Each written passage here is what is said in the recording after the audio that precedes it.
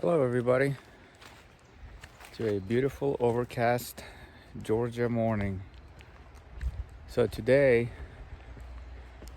I'm planning on scouting this piece of property that I've hunted before. It has a couple lakes on it, and when I was hunting, I noticed there's some large deer sign somewhere near one of the lakes, and this property has very short season, so during the season, I can't just walk in there and spook anything. So I tried to hunt around that spot and nothing came out, so I wasn't successful. But now that the season here is over, I want to go and check out that spot. I want to see if I can find some beds and hopefully get some kind of a idea of what's bedding there, what's hanging out there. But the rubs were pretty big, so whatever it was pretty large. So I'm gonna go figure out who lives there and how to kill them.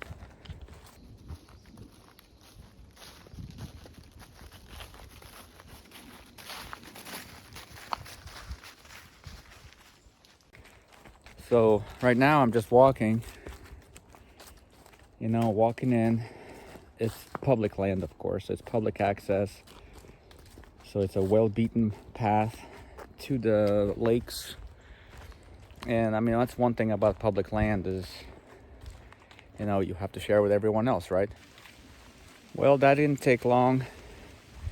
I already lost remote control from my the selfie stick. Yay, what a great start to a great day. It's raining, it's thundering, I'm already losing gear. Typical day of hunting, right?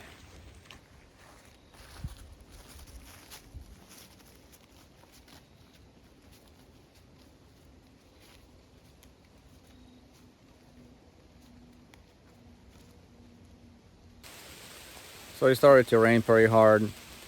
I'm underneath this little tree. I think it's called American birch or something. And obviously the leaves are falling.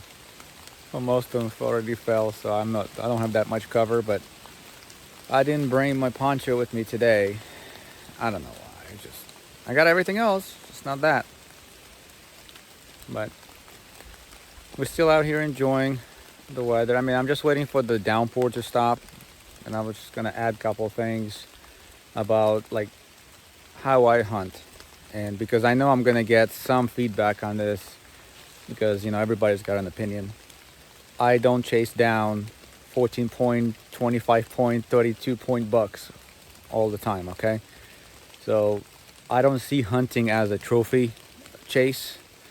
I like to fill my freezer with deer meat, and I like to make sausage, I like to make chili, I like to make other recipes, and I like to share that with my family, with my friends, because I feel it's more fulfilling to me if I do it that way versus simply chase down big bucks and kill it, put it on the wall, and then drink beer with your friends and tell them how great you are of a hunter. Some people do that, nothing against that, because some people don't like deer meat, and you can't force people to hunt one way. I'm just sharing it how I do it, how I hunt. So when you see these videos, you're probably going to notice that I make setups to hunt does, young deer, and that's the reason why. It's not because I don't want to kill big bucks. It's just I don't really care for them that much. If I see one, great, I'll shoot it. Hey, cool. If I come across a 14-point buck, I'll kill it. I don't know if I eat the meat or not. It's probably pretty bad tasting at that point, but I'll taxiderm it, put it on the wall, and then I'll tell everybody, look, I killed a big buck. But I'm not driving 5 hours across state or state lines just so I can kill a big buck. To me, it's not worth it. That's all. But that being said, I don't always not target them either. If I come across a clear sign that there's a big buck in the area, then I'm going to try to exploit that. I'm not just going to, walk right by it and say, oh, I see this giant rub that's up to my chest and it's fresh. It's bleeding still. But I'm just gonna walk away. I want to kill a little spike over there a mile from here. Like, no, obviously I'm just gonna use my brain. I'm gonna use common sense. I'm just not going to chase them down. All right, so I made it to the spot where I first started seeing the rub line and everything. That's when I noticed the big deer. So this is like an open field right here, and I came out here one time. uh, I don't know what I was doing. I think I was coming from somewhere around there, and I came across a rub line that was running down there, and it was a pretty aggressive rub line. It's basically a line where this a big deer made a spot, like made a scrape or something, or a rub, but there was a big track there. And after that, a smaller deer, a more aggressive deer, came out and said, "Oh hell no, this is my spot," or something. And they got into a tug of war or something. And then basically I looked at it and tried to hunt this. So I came out, and my thinking was like, there's a rub right here. This is the one I saw.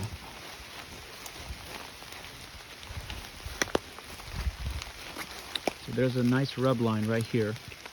I'm just a one rub, I guess. And there's a trail that's going from here and it's going down this valley. And then there's a lake there on that side. So it's like a little spur that comes down. A little spur right here. And if you come around, lake bottom is over there. So, but the rub line kind of runs like that. And I thought, where is it coming from? And maybe it's coming from that lake. But I was thinking, hey, I'm gonna give it a shot because, why not? I'm not gonna, if it's a lake bottom, I mean, deer might be bedding there, but the rubs came out from there. There's a rub right here, and then there's another rub right here. This one is kind of bleeding on this side, but this one is pretty old. So that means that deer, or a deer, came back here year after year. And then there's another one. So basically there's a line that goes like that and then turns, and I'm assuming it goes down there. So what I'm gonna do is I'm gonna follow that rub line. I'm gonna follow it to the bottom of that lake, and I'm gonna see if I can find bedding, some sort of a structure. Can't find the word. Some sort of a structure that can hold deer. There's got to be a reason why this rub line is here. Deer do rub randomly sometimes, but they do mark territory. They do mark certain areas. They do mark doe bedding heavily. They mark, other bucks. Like, a buck, say, come into his area and makes a rub. The other buck will come back and like re-rub the same tree, and they will rub over, and then basically they'll just restate that, hey, no, this is me, I live here, get the hell out, that kind of stuff. So when you see something like that where there's a lot of activity in the same area, there's something going on. It's not just a random thing that's done at 3 o'clock in the morning. Like, something is happening here, so we want to find out. And there's fresh rubs mixed with old rubs. That means it happens like year after year, so it tells me that there's probably bedding nearby, and that's what we're gonna find out, see if we can find it. I'm already seeing some large tracks leading to that bedding and from bedding. There's some fresh ones because the leaves are falling, and then you have leaves right there matted down or like printed into the mud. So that means he's still here.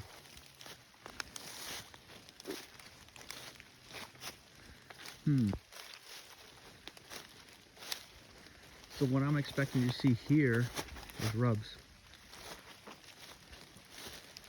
expecting to see rubs and maybe scrapes, but mainly rubs. Yeah, so right here, I don't know if the camera can pick it up, but this is like a highway here. Very well matted trails. I see a lot of trails here. They're coming and going. I see some rubs. There's a smaller rub right there, but on the trail into here. So this is a historical rub. You have a smaller rub right here. You know, this is not a giant deer that's leaving this spot, but there are a lot of rubs here. There's another small rub. This is not the rub that I've seen. These are fresher. The ones I've seen here are higher. But I did not walk in here. I approached this thing, I got here as close as I could, and then I pulled out my binos and I was looking through the binos, and this is what I was seeing.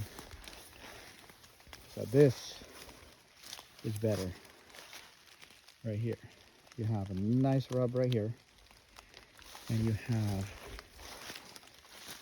a nice rub right there as well.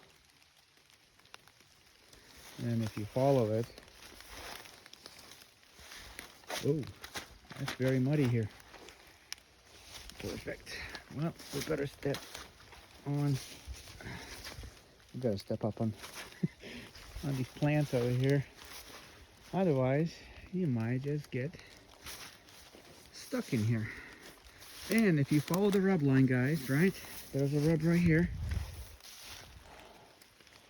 And I think I found him.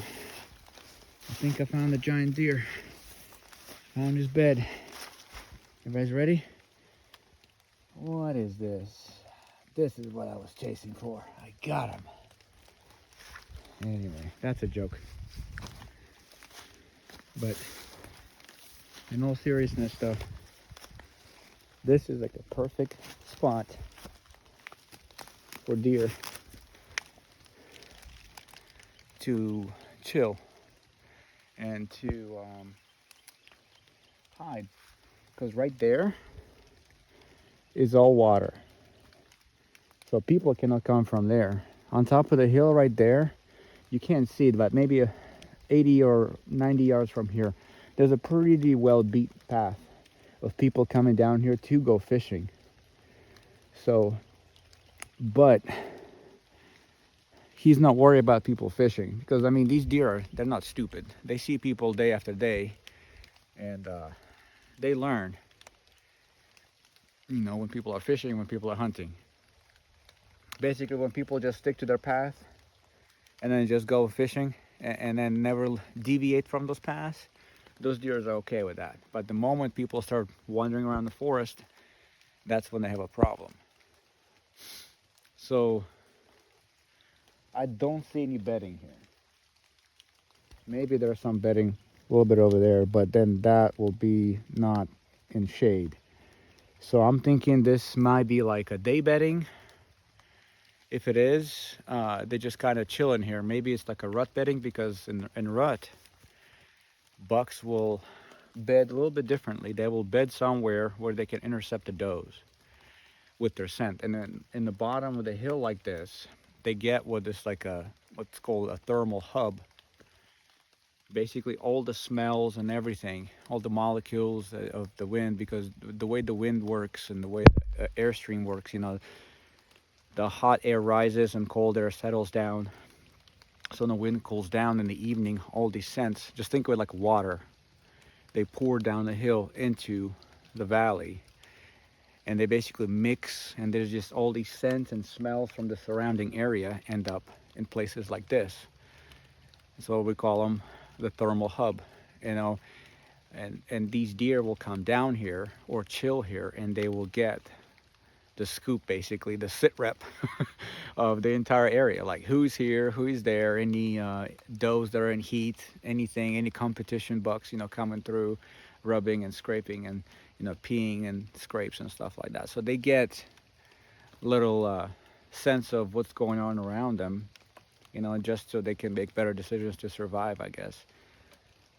I know it's kind of silly to talk about, deer like, oh, it's just an animal, but the older they get, they become completely different animals from what you see, when 1 year old and spikes and little does. These deer survive broadheads and buckshots and slugs and bullets and all kinds of stuff, and they learn very, very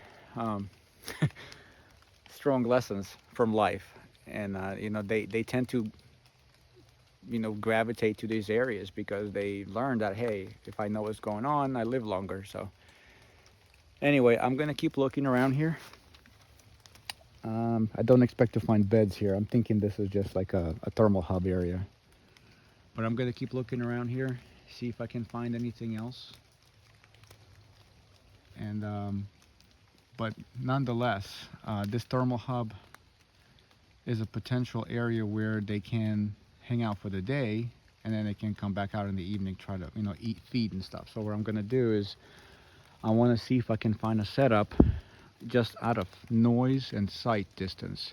So anywhere here, he's going to hear me. If I approach from that little road, they might hear me crunching leaves all the way down. And then in the evening, if I'm sitting here, my smell will just come right down. Unless I come down on the wind that's pretty strong, that's blowing that way. I think it's like that's a east direction. So if I have like a west wind blowing that way, that would be beneficial to me. But it has to be a pretty brisk wind. Or I'm thinking what I can do is I can set up just out of sight and out of mind, basically right there behind the bend. I mean, I can walk. I mean, I would expect deer to get up, walk through here, walk out of that bend, and maybe go to that rub line that I noticed earlier. And then that's where I'll be set up, and maybe I can intercept them. My other idea is maybe, set up somewhere on that side of the hill. And maybe come around this area somehow, set up on the other side of the hill. That way I set up on the wind that's blowing from the east and going that way. And maybe it will, carry my scent that way. And also, since the spur, kind of comes down this way, I will set up on that side of the hill. And then my scent and my wind and everything will be dumping in that valley. And then if the deer comes up here, from what I'm seeing, they do, especially right here, there are trails going up. They may give me an opportunity to take a shot at them before, they bust me. So if I've explored this entire lake bottom, and I'm coming across a lot of rubs. And from what I'm seeing, is basically they are either traveling from here, from this point, they come down here and then they chill here. It doesn't look like a bedding area, but it does look thick, so it's more like just a structure that holds them here either for the day or something. Maybe there's when they're in danger, or when it's like a thermal hub. I don't really see them bedding here because they're a little bit too exposed. In the summer you have a lot of thick, so it's probably like an early season kind of structure. But when the leaves are down like they are now, they go elsewhere, like hilltops and ridges and things like that. That's where you'll probably find them more typical. But what I'm going to do, so I'm going to think of it as an early season spot. And I'm going to set up my setup somewhere on top, not on top of that ridge, but basically I'm going to try to come around that whole area. And I'm going to set up on that side on the ridge, and I'm going to expect the wind to come down this way. So the wind is going to be basically blowing like this or like this if I get one. So my scent and my thermals, everything will be dropping in the evening. If I'm hunting here in the morning, I may get an action still, but mainly, when it comes to bedding, and you're hunting bedding, it's usually evenings. That's when you get the most activity. But I've killed plenty of deer in the mornings near bedding as well. So it's just kind of a little bit in reverse. You know, deer are trying to make their way back into the bedding, or they're already in bedding and they come out to get a little bite to eat, whatever, if you have acorns dropping. So in the morning, it's a little bit more unpredictable, like where they might come from. But in the evening, it's, you know, your chances are higher that they're already in bedding and they're probably going to be coming out of bedding. So if I set up right there, they might be coming out of here, going uphill, and you have some white oaks, like there's one right there. There was one right there. You have red oaks and stuff. So, I mean, they might be coming out staging here and then working out their way, maybe not all the way up the hill, because there's also people also, there's another lake over there too, and then people fish there. So my guess is that they come out and they might kind of go, they skidoodle on this side, if that's a word. They basically hug this hill and they walk around the lake to not be seen by people, or they just work that way. So if I'm setting up somewhere over there, I should be able to intercept them either coming this way or coming that way. If they come in this way and I'm already above them, that might be a little bit difficult because my wind's going to be blowing at their faces and my scent and everything will be dropping, so I have to shoot them quite fast. But, you know, that's how hunting is sometimes. You just have to take what you get. You know, sometimes you don't get those perfect setups. Okay, so I'm still on this spur, and I thought maybe finding a spot somewhere on top of that hill, but the sign kind of stops. And I know because people fishing there, and I think deer are just like saying, screw you. And they're coming around here, and I think they're hugging this side of the hill. And then they either moving on over there, somewhere else. So what I'm going to do, I'm thinking I'm going to try to intercept them from somewhere here, because there's a trail coming through here. And then there's a trail going lower as well. So there is evidence that they are traversing this side of the hill. So I'm going to probably set up on this tree right here. And yeah, I know it looks all finicky and stuff, but I'm going to set up either on this tree or on something like it. Maybe even that oak right there. And I'm basically just going to disappear. I'm not going to climb high because it doesn't matter. You know, over here, you're going to be eye level at some point. So I usually climb 3 sticks. I do have aiders with sticks, but I mean, I'm probably just gonna climb just to reach this canopy, just to kind of disappear in this canopy right here. So that means about 2 sticks from me. So I mean, that will put me over what, 10 feet? I don't know, 10 feet probably. It will put me over 10 feet on this tree, but I have this tree right here that's going to provide cover, and I'm going to be somewhat in the canopy area, so I will be able to shoot down. They won't be able to see me that often, and the trails do come below the tree, so I should be able to put an arrow through them before they come through here. At least that's the plan. You know, but plans rarely survive first contact with the enemy, so we'll see when that happens. But usually that's how I would scout. I would find where they sleep, and then I would go up, down the mountain, whatever. Usually it's up. And I find the trails from there, and then I would get around the bend somewhere. You know, right now we may be like, say, close to like 50 or maybe 80 yards away from their actual bedding there, or from where they hang out there in the day or whatever. So, and it's around the bend. So, and I know access, I can't come from there because there's a lake access, people come there. So deer are used to people over there. So I probably can somewhere circumvent the lake, come around there, and then sneak my way into here. And then basically wait for the wind to blow this way. This way. So the wind is going to come this way. The deer are going to come from there, and it's going to be like a crosswind kind of a scenario where they're going to be coming this way, and I'm going to be shooting them right before they reach my scent. Now, if I'm approaching from there, they shouldn't catch my scent trail. But you know, if everything works out, they come from there. I'm sit here, one shot, they should be dead. And also, you can't see it right here, but further down, it gets a little bit steeper.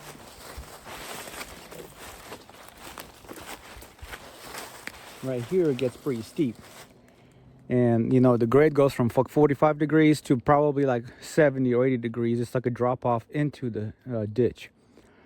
So that kind of tells me that it's unlikely that they're going to come from there. They're not going to be walking in, 70-degree incline.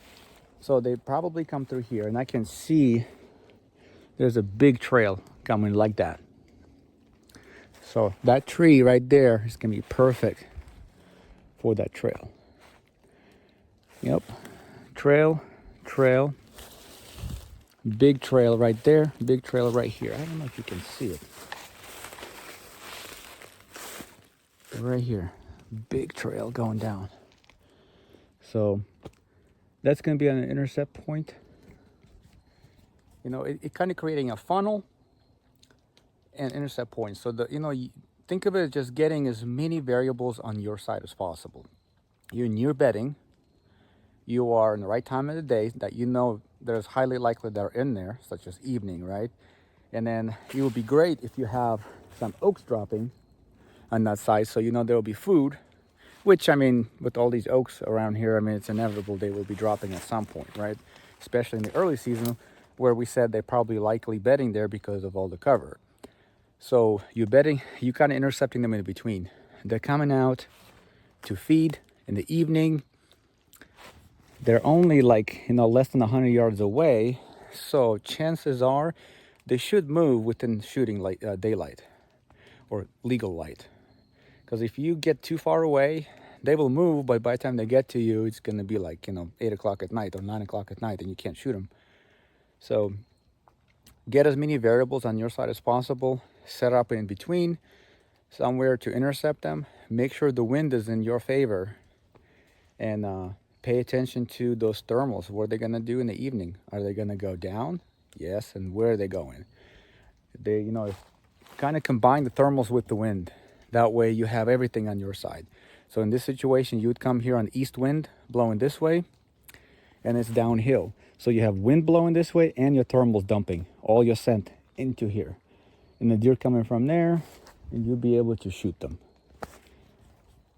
Easy, right? Yeah.